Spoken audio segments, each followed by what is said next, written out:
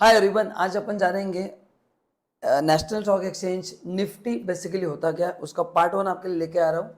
And बाद में next part में देखेंगे कि निफ्टी में अगर अपने को शेयर लिस्ट करना है तो क्या क्या क्राइटेरिया है और कौन से शेयर लिस्ट होते हैं, एंड एज ए इन्वेस्टर कैसे उसका बेनिफिट लेना है।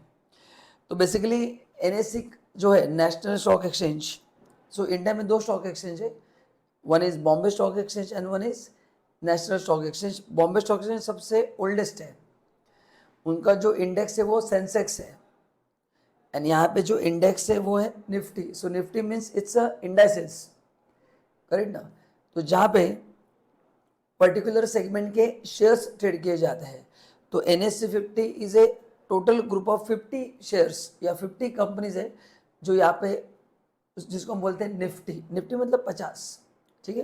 तो ये स्टॉक मार्केट इंडाइसेस है एंड ये सबसे बड़ा मार्केट है because it's a national stock market. BSE का जो है वो अराउंड 400 सिटीज़ में है, ये लगभग 1500 सिटी में इसका नेटवर्क है। एंड ऐसा भी काफ़ी होता है कि कुछ शेयर्स इस पे लिस्टेड है, कुछ इस पे, क्योंकि इस पे शेयर्स कम है, 1600-1700 लिस्टेड है। BSE पे 7000 से ज़्यादा शेयर्स लिस्टेड है। तो अभी देखते हैं इसका फ़र्क क्या है basically. So Nifty stands for national stock exchange 50, जो 21 अप्रैल 1996 में बना है, ठीक है। ये तो बेसिक जानकारी है। नाउ NSE में जैसे 1600 से 1800 स्टॉक्स है, उसमें से जो टॉप 50 स्टॉक्स है वो वहाँ पे दिखाए जाते हैं, ताकि इन्वेस्टर को आइडिया दे कि एग्जैक्टली कौन से टॉप 50 शेयर्स है, तो accordingly they can plan their investment strategy. काफ़ी लोग निफ्टी 50 में ही इन्वेस्ट करते हैं, दे प्रिज्यूम कि अरे वो सबसे बेस्ट स्टॉक है क्योंकि उसका ट्रेडिंग मैक्सिमम हो रहा है। सो अभी ये किस बेसिस पे डिसाइड किया जाता है, करेक्ट ना। इसके अलग अलग क्राइटेरियाज है, बड़े अलग अलग 12 सेक्टर्स है जो मैंने यहाँ पे दिए। फिनेंशियल सेक्टर है, इंफॉर्मेशन टेक्नोलॉजी, कंज्यूमर गुड्स है, एनर्जी है, फार्मास्यूटिकल है, टेक्सटाइल है, ऑटोमोबाइल है।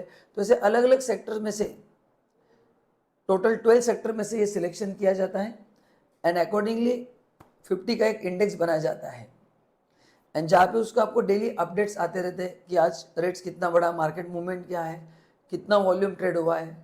तो if you compare it with BSE, NSE is a clear winner, मतलब यहाँ पे लिक्विडिटी सबसे ज़्यादा है क्योंकि हाईएस्ट वॉल्यूम यहाँ पे ट्रेड होता है।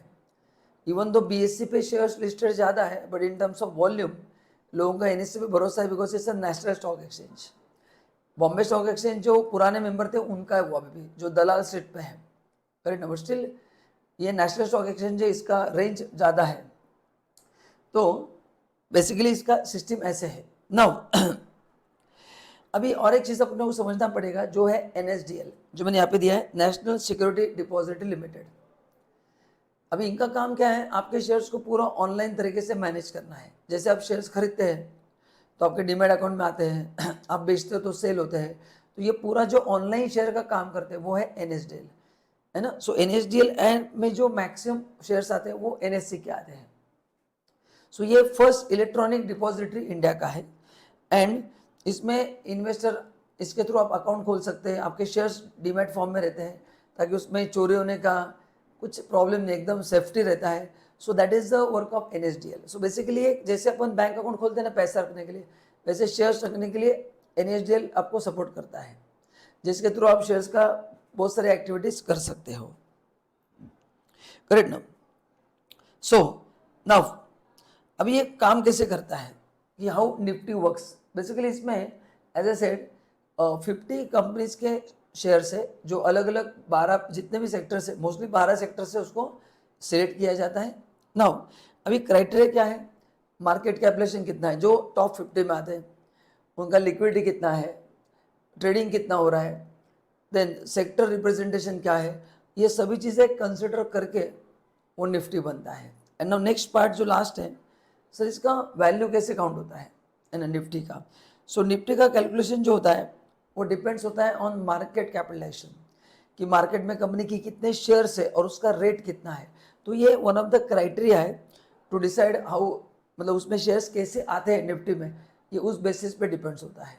तो ये फॉर्मूला है जो मैंने यहाँ पे दिया है कि यहाँ पे टोटल कंपनी के शेयर्स लिए जाते हैं अवेलेबल फॉर द ट्रेडिंग, और उसमें प्रोमोटर के शेयर्स कंसिडर नहीं किए जाएंगे। Promoter, government, then other strategic investors, जिन्होंने वो शेयर्स निकाले जाएंगे, बराबर है। एंड बचे हुए शेयर्स के बेसिस पे उनका जो मार्केट कैपिटलाइजेशन है उस बेसिस पे डिसाइड किया जाएगा।